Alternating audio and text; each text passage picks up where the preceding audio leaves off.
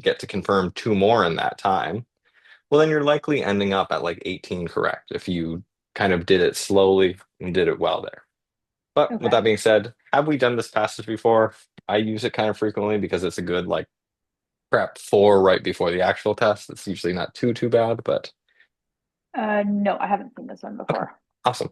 So this is a comparative one, so keep that in mind when you're going through. After you finish the first one and then start the second one, you should be going through the same process mainly. However, you're adding a new aspect to your thought of how does this compare with the first passage? What's different here? Why are they telling me this kind of thing? Instead of it just Okay. being in isolation, you're now considering the two kind of in relation to each other. Okay. Make sure when I say that as well, make sure not to get too stuck up on it. Like not every line should you be asking yourself, "Oh, that's why are they telling me this? What does this have to do with the past one?" But just a general, what's similar with these? Where's their overlap? But I'll shut up now. Go ahead and let me Okay. know when you need me to go to the next page. Could you go to the next page, please? Okay. Okay. Timing wise, so that was pretty good. But let's get into it. So, what do you have down for paragraph summaries for passage one? Uh, decline, prosecute, prosecute violators, forbidden conduct, social costs. Is this for the And whole paragraph or for the whole oh, passage or for paragraph one? oh, sorry. For paragraph one is just decline, prosecute violators is what I have. Okay, sure. And then the next one. Forbidden conduct, Okay, social costs of something I can't read, but I wrote social that's costs fine. of yeah. And then discretionary non-enforcement. Okay. And so for the first one, what does your summary mean? What'd you say? Like, what did you write down for it? Decline, like arrow down, prosecute violators. Okay, what does that mean? When they're declining to prosecute violators, what does that actually mean? It's a great question. I probably should have written something differently. No, that's Um, fine. Like the paragraph summary itself okay. is absolutely fine. What does it mean though? Is the important part. Because keep in mind that the paragraph summaries are there to jog your understanding of where things Yeah. are, but that only works if you also understand what they're talking about. Because there's a good chance that they say something that applies to that, but in different words. So, Um, what does it mean, would you say? Take a second, you can read over the paragraph okay. again, but think of what that means. To like to nullify particular laws is probably what I should have written Um, instead to jog it better. yes. But what does it, yeah, like what are they saying when they're saying that they decline to prosecute violators? How are they nullifying laws? Like if you had to put that into your own words, what is the first paragraph saying? Like by not prosecuting violators for certain things, that's how they would nullify like a Yeah, particular law. they're making it so that the law essentially doesn't really exist in certain cases by just saying, sorry, I don't really want to prosecute them. I think to note, I'm not sure if this applies for this paragraph, but in general, when you are practicing, make sure if there's words you don't really know, just look them up and write down the definition. It seems kind of difficult, like not very helpful because you'll see a word once and then won't see it for a very long time, but eventually you build up a pretty good word bank. All right, for the second one, what'd you have again for this one? Forbidden conduct, social costs, Mhm. Okay. um, and And then was discretionary non-enforcement. mhm. What is discretionary non-enforcement? Um, Even just break it down into, first of all, what is something that's discretionary? What does that mean? like If something is at your discretion, it's I know it, but I can't think of the word to use. try your best. Like if you have a general idea, usually we're not going to know the exact definition of things. I just so happen to have a list here of all of the difficult words here. um, So, but for the like most part, you won't. You'll just be getting it from yeah, context. So, what do you think it means overall? Like if you had to get a general idea kind of thing.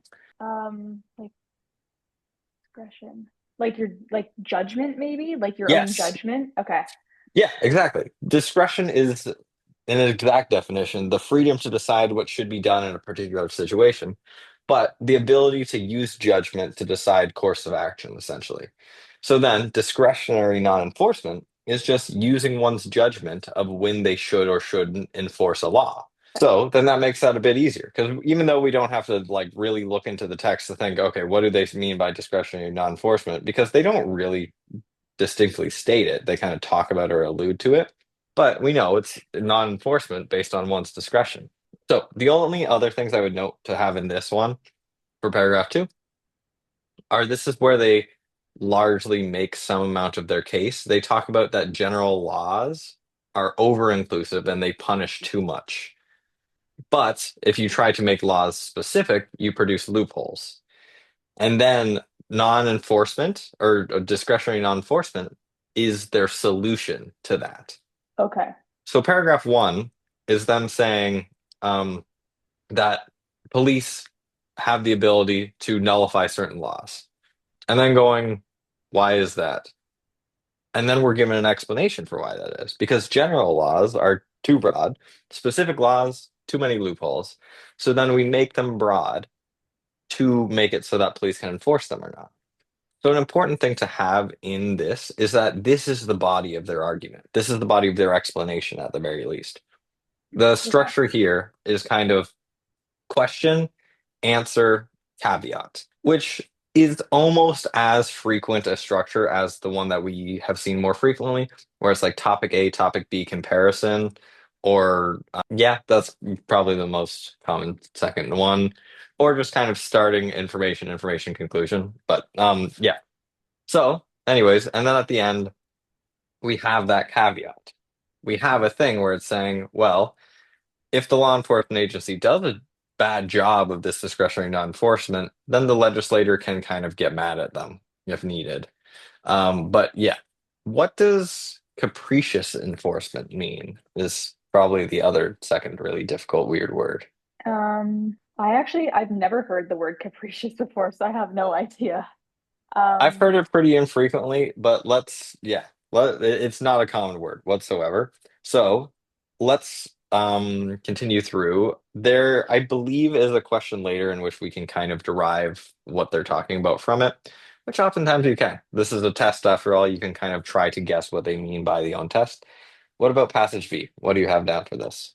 um, unpaid water bills, target high income hoods as in neighborhoods, and then Hmm. like punish wealthy was for the first paragraph. Okay, and the second? Lean and powerful incentive, Okay, and the third? loophole, prohibit debt, change law question mark. Okay, awesome. And what is a lien? A lien is like I like kind of know what it is. Mhm. Well, that's It's the thing for something so many of these words. You're going yeah. like we just kind of have to try from context as well as what we already know. So what do you think a lien is? Um when I think about it like attached to a property, it means that like I think you're owing something to someone. So like when you sell it, that money goes to paying that first, I think. Yeah. It's like a right to keep possession of a property belonging to another person until a debt is owed kind of thing. So yeah, that's exactly where we usually see lien is that like a contractor will put a lien on a property so then they can't sell it or like the contractor gets paid first. But so perfect. Yeah. Yeah. Not much to add for that one. What do you have for the second paragraph again? Lean and powerful incentive. Yeah, the no, those were all three of them were very good, and you hit on the Yeah. major points for those. So, what is the kind of comparison structure here? Why are we talking about the two of these? Why are we given both of them? How does one relate to the other?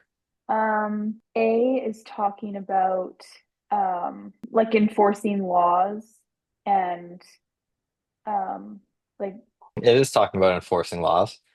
What unlike I kinds think of laws? Like, what is the focus on? Why mm, are they writing it? It will probably have a main point question, but what do you think the main point of Passage A is? First of all, would you say this is more of an argument or an explanation?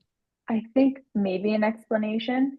Yeah, you'd be right. They don't really argue for anything. They start with saying, well, there's this thing about them nullifying laws. And then the second paragraph is explaining why that's possible. And the third paragraph talks about some caveats to that. So it's an explanation of what? Of like enforcing laws and whether Of it's like over inclusive or not. Mhm. Yes. That's the key part. It's an Okay. explanation of this how general laws should be kind of argument, saying that, well, laws are almost always very general, and that's for a good reason. The important thing to note then, do they cite any specifics, any like specific cases, or even really any specific examples? No. No, it's purely theoretical. It's just the theory behind this idea. 100% of it is just theory. So, how does that differ from passage B? Passage B offers like an example, which is unpaid water bills in the city, and then also kind of talks about like a couple of ways in which they can like rectify the issue, I guess, like in the last paragraph, but um like changing the law or what's And they changed the yeah law to do what? What do they do to the law? to prohibit so that people like pay their water bills. Yeah, that's the reason, but how do they do it? What are they looking to change? Um What line do they say it in? to It's not, change. they say, like, a loophole prohibits debts other than taxes from subject to liens by the city, and technically water charges are not taxes. But if the problem is with the law, why not change the law? So they're looking to change that law, likely by making it a bit more general, by trying to say, well, the law is currently too specific because the loophole prohibits debts other than taxes from being subject to the liens by the city. So they want to make it so that other things can be subject to liens by the city. How are they doing that? Well, they're making it the current law more general. That's the end all be all of what they do there. So we have two things here. One passage where it's this purely theoretical examination of general laws or of how general laws should be. And then passage B is a concrete example of it. And with that final like opinion thing of, well, this is an example where they should be more general. So both passages explicitly mention which one of the following. For these ones, you can go and find the line kind of things, and you should treat them as every other find the line thing where go through, see if there's anything that really jumps out to you. If there is, try to find it. If there isn't, try to knock out the ones that you really don't think are in them and then prove the right one. So, do you remember them mentioning legal technicalities? No. No. And an important thing to note for this, it, the usage of explicit means there won't be too much changing of synonyms. So you could argue that a Okay. number of things here are legal technicalities, but they didn't state legal technicalities. Okay. So what about B? No, because it's only mentioned in passage B. Perfect, it is. What about C? Yes. Yeah, seems pretty good. What about D? Um, And does either one of them mention language? maybe passage A. Yep, just a little bit with ambiguities of language, but not in any real way. And finally, what about E? No, this one's only talked about in the first passage. Perfect. And like this is why explicit is used so well explicitly. Because legal technicalities and loopholes, there's a very good argument that those are almost synonymous. If you're abusing a loophole, you're abusing a legal technicality most of the time. But because we have explicit, we need it to be explicit that that's what we're talking about. All right. So this one's nice because we just get to subset down to one relatively short passage, and it actually all fits on screen. But inferred from material in passage B. These ones you can usually view as like a most strongly supported kind of one, where like there will be room for saying like this probably isn't the case. However, it won't ask you to make any large jumps. You're probably going to be able to be about 80% sure that this is the case. What about A? Okay, usually these questions, they kind of like trip me up. They're a bit confusing. That's good. We can find out why. What do you think trips you up about them? Well, like for instance, like A, like initially I'd be like, oh, that could be right. Why? But because that's what the like passage B is talking about. But Is that I think it's wrong because it's already like mentioned and we're trying to infer something. Um, do we know that this is the case? If you were to have to pick a specific line to back up, like say you were arguing to me that A is the right answer and I'm a terrible tutor, how dare I? What would you use to argue why A is correct? What line do you think? Probably line one of like the first paragraph. Okay.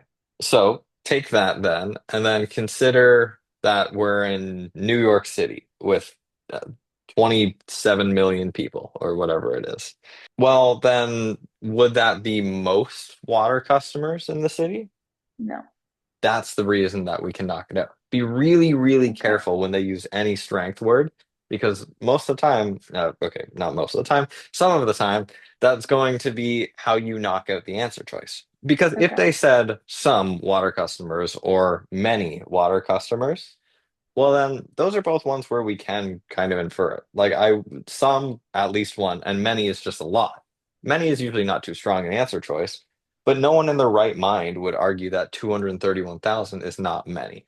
But be very careful about when it says all, none, most, anything like that that indicates a number that has to be met. That's that has to rise to the level of you should be able to find the specific line for it.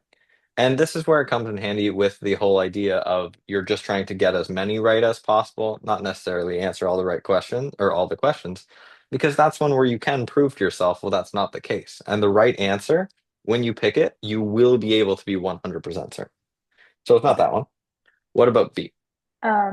No, I don't think this one's right.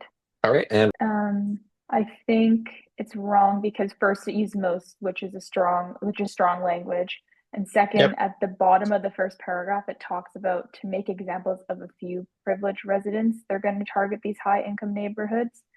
But hmm I don't think that like majority of the outstanding bills are Yeah. in those neighborhoods. Yeah. High income neighborhoods seem to only be targeted because they won't be as hurt, it seems like. They will be in no position to complain. So they're just trying to make an example of them. What about C? Um, Perhaps it's appropriate to turn off.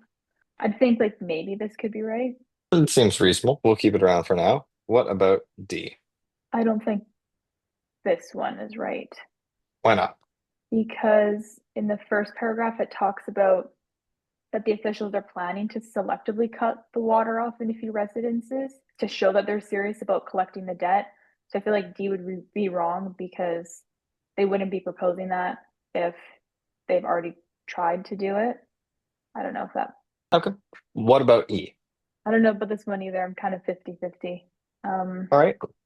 What are you thinking for it? What is each part of the 50? the only reasonable solution, hmm kind of, I'm like, I don't know, that seems kind of strong. But then at the same time, they did propose that Did they propose that specifically? no. No.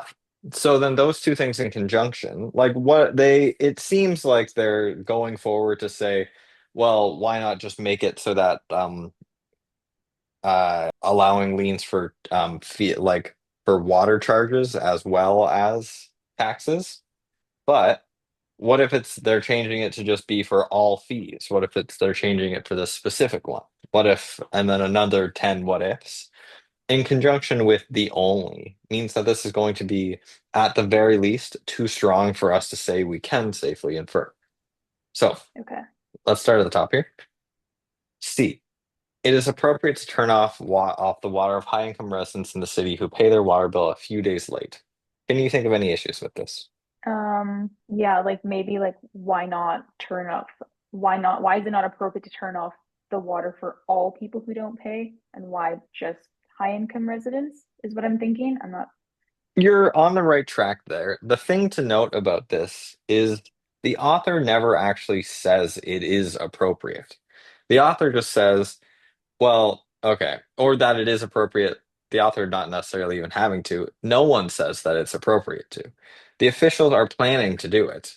The officials plan to only target high income neighborhoods. They're saying that it's better to target these high income neighborhoods than to target the low income neighborhoods. So we can infer that, yeah, the officials probably think that it's fine, but just because the officials think it's fine doesn't mean it is at all. If we read a passage about some villain throughout history and the villain does something terrible, well, then that doesn't mean we're then allowed to assume that because the paragraph is writing about it, that it's okay. This is like a very toned down version of that. okay. This is kind of an art them just saying, well, this is what the officials say. And because it's something as simple as like water or cutting water to some like rich people somewhere. It doesn't seem like it's like an egregious thing here. However, the author never takes a stance and the paragraph never says it's okay. This saying it is appropriate to turn off the water. Well, they say that it happens or that it's being planned, but never that it's appropriate. In fact, it kind of seems like it isn't. Like if we read at the end, politically smarter than shutting off people's water, well, that seems like the author then is trying to say this isn't appropriate, which leads us into our discussion of B, or D, not B. For D, it is a little bit implied that this is the first time the water has been shut off. If it's the problem with the law, why not change the law? Wouldn't it be easier and politically smarter than shutting off people's water? With an imperfect view of this, well, then, if it's political suicide or very bad and very difficult to shut off people's water, it's probably not something that they do very often. Secondarily, if this is a thing that the officials are like having to discuss if they can do and able to do, well, then this is an unprecedented event. This is the first time they're doing it. Otherwise, they probably would have done it in the past. Otherwise, we wouldn't be having this discussion at all. Because we know that they're late paying their bills by decades. And just now they're discussing shutting off their bills.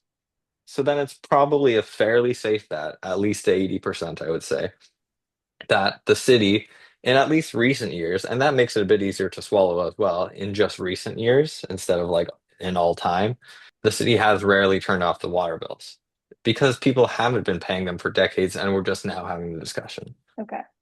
All right. So the role of the word selectively in the third sentence here is most closely related to the role of which one of the following words in passage A.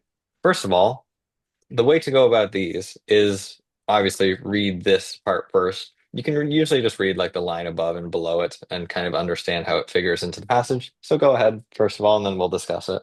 Okay. Okay. What do they mean?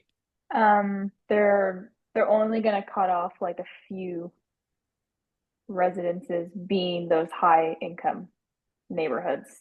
Like Yeah, so highlights what are it. they doing? It's like they're being particular, like about whose like water they're gonna cut. Yeah, like they're choosing. They're being particular is a good way to Yeah. put that. Yeah.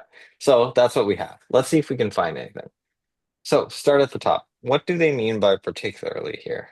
More particular the legislature. Like the more they go into depth to like describe something, the more like loopholes they're gonna create by like I guess it like oversharing or like sharing too much, maybe. Mhm. Do you think that that works well with our definition of selectively there? Uh, Do they use them in the same way? no, I don't think so. No. Particularly here means like thoroughly. What about probability there? Like probability, like maybe like chance. They're talking about like chances, Yeah, acquitted and guilty like people. likelihood.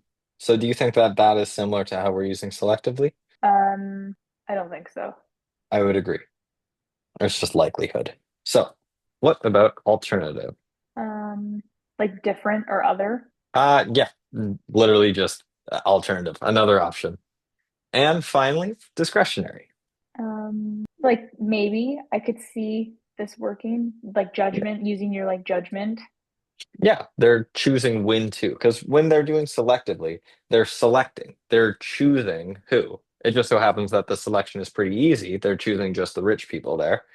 However, in both instances, this is choosing. It's making a judgment call. So that works pretty well. And then we get to capricious. So realistically, if you don't know what capricious means, there's no real way that you can kind of get it from context because they just say capricious enforcement is not unknown. However, what it means here, or what would you try, like, because even though you might not be able to hit on the direct meaning of capricious, in reading this, they compare it to discretionary enforcement, which we like, and then they say, well, this capricious enforcement does happen, unfortunately, essentially. So what do you think it is, or how do you think we feel about it? Capricious enforcement. Sorry, you said capricious enforcement, like it does happen. Well, Is that what so you if said? we read through this, And this is probably the best example I can think of the whole thing of we won't know every word, but we can usually get at least a vibe from the context. We're saying discretionary non-enforcement does not determine the principle by which law enforcement will select its cases. Conceivably, the agency could concentrate its resources on areas of conduct that are brought inadvertently within the scope of its rule. But this seems unlikely. And then they go on to talk about capricious enforcement, and they end up with saying, it doesn't happen, but it does not appear to be the central tendency since legislative oversight overtures that the agency does not stray away too far away from the intended as distinct from the enacted regulation being enforced. Anyways, so what we're saying there is that capricious enforcement is enforcement that strays too far from the intended type of enforcement. We know that discretionary non-enforcement is this principle of, well, sometimes the cops have to stray a little bit away from what the legislation says. Like, that's just the nature of what they're saying there, is that they have to interpret it in such a way. Like, we did the blackmail passage a while ago at Yeah. some point, right? It relates to everything. It's awesome. But so there's that one paragraph in there where they say that blackmail in the North American style, because we don't really know what it is, the prosecutors have to pick and choose when to prosecute it. In that second Mhm. paragraph is what they said. That's what discretionary non-enforcement is. It's them picking and choosing. But by picking and choosing, they're then going to let some people go who did commit the crime. Like if you speed 51 kilometers over an hour or 51 kilometers in a 50 zone and they let you go, that is discretionary non-enforcement. The point that they're making in this third paragraph is that they're okay with that within the bounds of the legislator. The legislator understands that they're going to go a little bit outside of it. The Mhm. legislator is not going to be mad that a cop let someone away for going one over. The legislator will be mad if a cop lets someone go for going 100 over.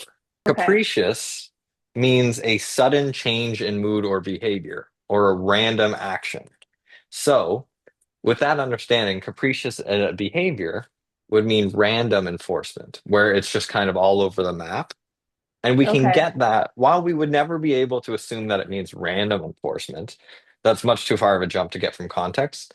What we can get is that capricious enforcement is enforcement that strays too far from the intended, unlike discretionary non-enforcement, which is ones that stray away from the word of the law, but stay in the spirit of the law.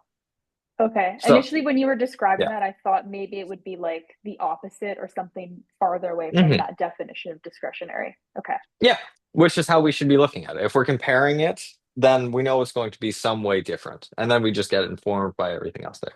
But, Okay. anyways, we know it's definitely not that. So, yeah. All right. Final or two more left. So go ahead and read over this here. Okay. All right. So the author of passage A would be most likely to agree with which one of the following statements about the last two sentences of the first paragraph here. What does the author A seem to care about?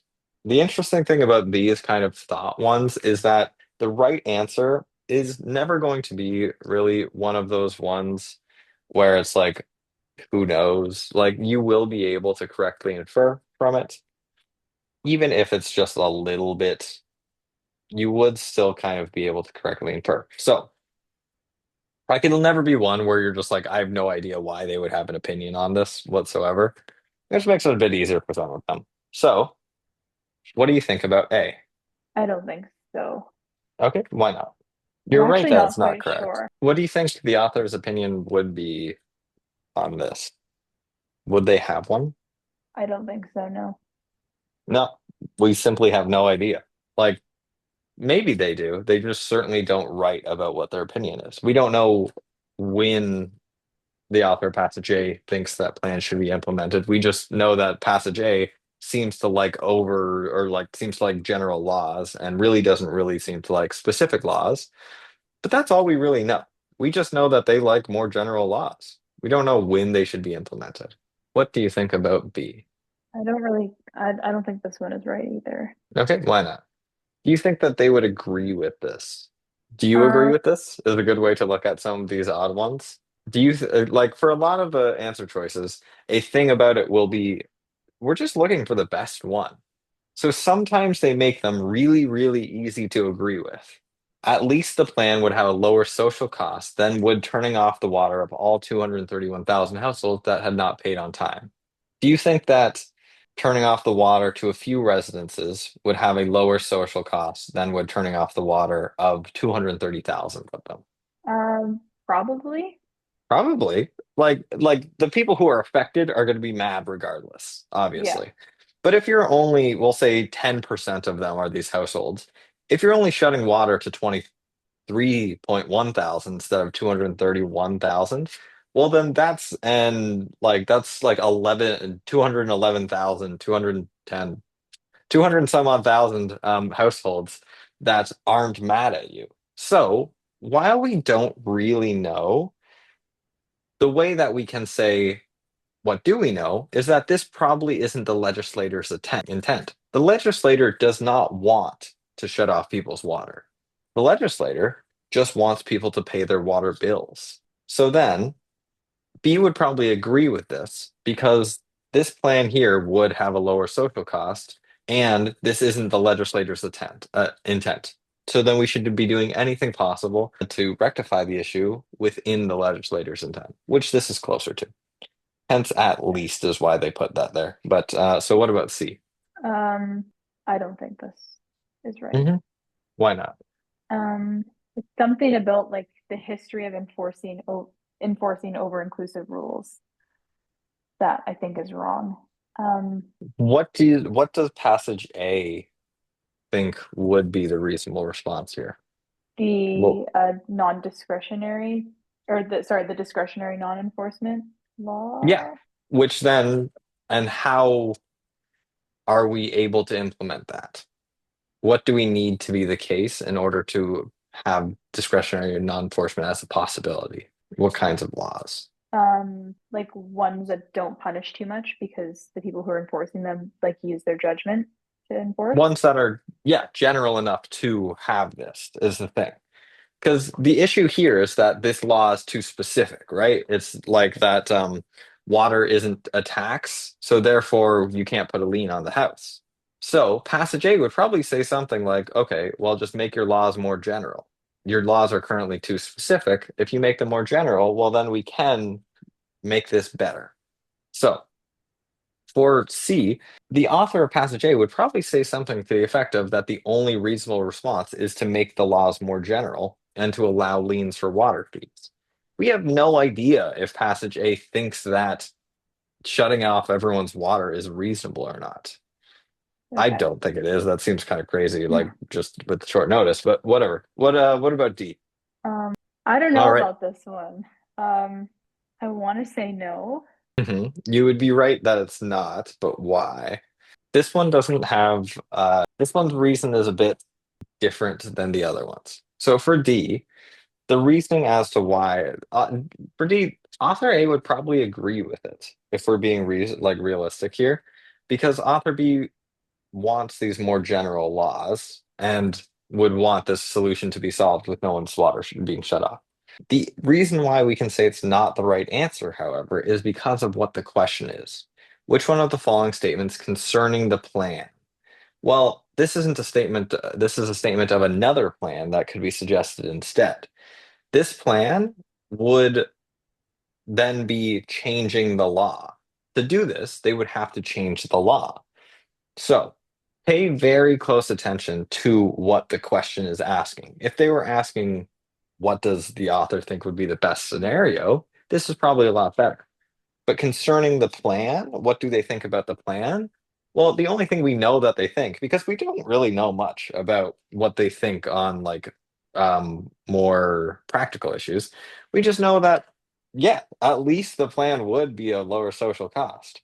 We don't know Okay. that, and it is probably true that a better plan would have been to do that, but they wouldn't be thinking that concerning this plan. That would be concerning the problem. So, Okay. and what about E? Ooh. I think E could be right. Okay, and why? Oh. What are Hmm. you thinking for it? I think I might change my answer. I was All thinking, right. oh, powerful incentive, but passage B talks about powerful incentives. Hmm. So what are you thinking Hmm. about now for it? What's wrong with it then? I think the specific laws part is wrong with it, and why passage A would disagree because they're trying to, like, they're in favor of more general laws versus more Exactly. specific laws. Yeah. Passage A doesn't like general or specific laws. Passage A wants general laws, which leads us to this being the only one that they could possibly think. The other ones are all more or less contradictory, ones that we have absolutely no idea, like for A, and then ones like D, where it's just not in the scope of the question. We're left with one that they feasibly would think about, isn't contradictory, and answers the question of concerning the plan. All right, last question. What do you think? Okay, I don't think it's A. Okay, why not? Enforcing a law only Is to capricious enforcement a good or a bad thing? a bad thing, Mhm. So, is A a good or a bad thing? a good thing. Yeah, it's neutral or good. Like, it's just kind of a common sense one. They can't enforce their law past the degree that they have resources to do. So we know that since capricious enforcement is definitely not a good thing, it's not going to be that. What about B? No, this one's not right. Why? I think this one is going like directly against what Yep. the legislature's intent in passing the laws. Yeah. This describes a lot closer to discretionary non-enforcement. They are trying to work to the legislator's intent for the laws. What about C? Feel like this one could be right. Okay, why? Prioritizing enforcement. Is this a bad idea? Yes. Is it?